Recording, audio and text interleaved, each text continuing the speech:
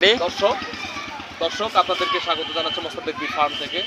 মানুষ আম পাড়ে, জাম পাড়ে, কাঁঠাল পাড়ে, কিন্তু আমরা পাড়তেছি মৌমাছি। এই মৌমাছি পাড়ানো, এই যে দেখতে পাচ্ছেন এটা কলোনি। যখন একই কলোনিতে দুটো রানী হয়, তখন একটি রানী তার সমসংখ্যক বা কিছু সংখ্যক শ্রমিক নিয়ে সে উড়ে চলে যায়।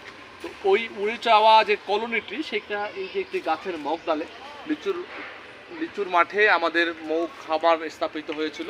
লিচুর ফুল শেষ হওয়ার পর একটি কলোনি থেকে এই রানীটি বিভাজন হয়েছে। এখানে আমরা দেখতে পাচ্ছি আমাদের একজন কর্মী সেইখানে এটি পাড়ানোর চেষ্টা করছে, এবং খুব চিকনা ডাল, মগ ডালে এই কাজটা সংগঠিত হচ্ছে। এবং আমরা দেখতে পাচ্ছি যে এই যে আমার ওখানে ভাঙার চেষ্টা করছে, ওখানে একটা কুইন এবং কুইনের সঙ্গে অসংখ্য শ্রমিক, তারা কিন্তু ওখানে গেছে। এটা আমরা আবার ওখান থেকে নিয়ে এসে আবার মৌ বাক্সে রাখবো। এই যে আমাদের যে কলোনিগুলো আছে, এখানে আমাদের যে সরঞ্জাম দিয়ে আমরা এই যে ফ্রেম আমরা করেছি, এই যে ফ্রেম, আমাদের এই যে ফ্রেমটা আমরা ওখানে কানেক্ট করতে পারি, এইগুলো নিয়ে আমাদের এই কার্যক্রমটা চলমান আছে। তো আপনারা আপনাদের দেখতে থাকুন আমরা কিভাবে এই মৌমাছিটা সংরক্ষণ করছি আমাদের সঙ্গে। মৌমাছির নতুন রানী তৈরি। মৌমাছির যে চাক আমরা দেখি তাকে এপিকালচার বা মৌচাষ বিদ্যায় মৌ কলোনি বলে। মৌ কলোনিসমূহতে রানী একটি, অসংখ্য শ্রমিক এবং কিছু সংখ্যক পুরুষ নিয়ে গঠিত হয়। যখন শ্রমিকদের সংখ্যা আধিক্য হয়, তখন শ্রমিকরা নতুন রানী তৈরি করে এটি গণতান্ত্রিক প্রক্রিয়ায় তৈরি সম্পন্ন করে। শ্রমিকরা ঠিক করে সর্বশেষ মৌ রানীর ডিমকে রয়্যাল জেলি প্রদান করে। রয়্যাল জেলি হলো শ্রমিক মৌমাছির মাথায় ম্যান্ডিবুলার গ্রন্থি থেকে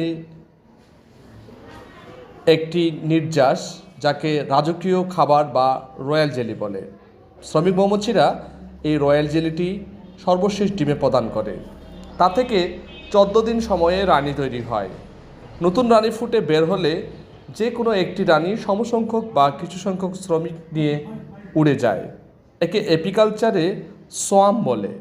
সোয়াম হলো রানীকে ধরতে কৌশল প্রয়োগ করতে হয়। এক্ষেত্রে একটি বাঁশে একটি ফাঁকা ফ্রেম যুক্ত করে গাছের মগডাল থেকে মৌমাছিকে নামিয়ে এনে নতুন রানীসহ সংযুক্ত করতে হয় নতুন বক্সে। মৌমাছির প্রাকৃতিক এই বিভাজনেই মৌমাছির কলোনি বৃদ্ধি করে, যার ফলে মৌমাছির সংখ্যা বৃদ্ধি পায়। মৌমাছির এই নতুন রানী তৈরির প্রক্রিয়াকে অনুকরণ করে নতুন রানী তৈরি করা হয়।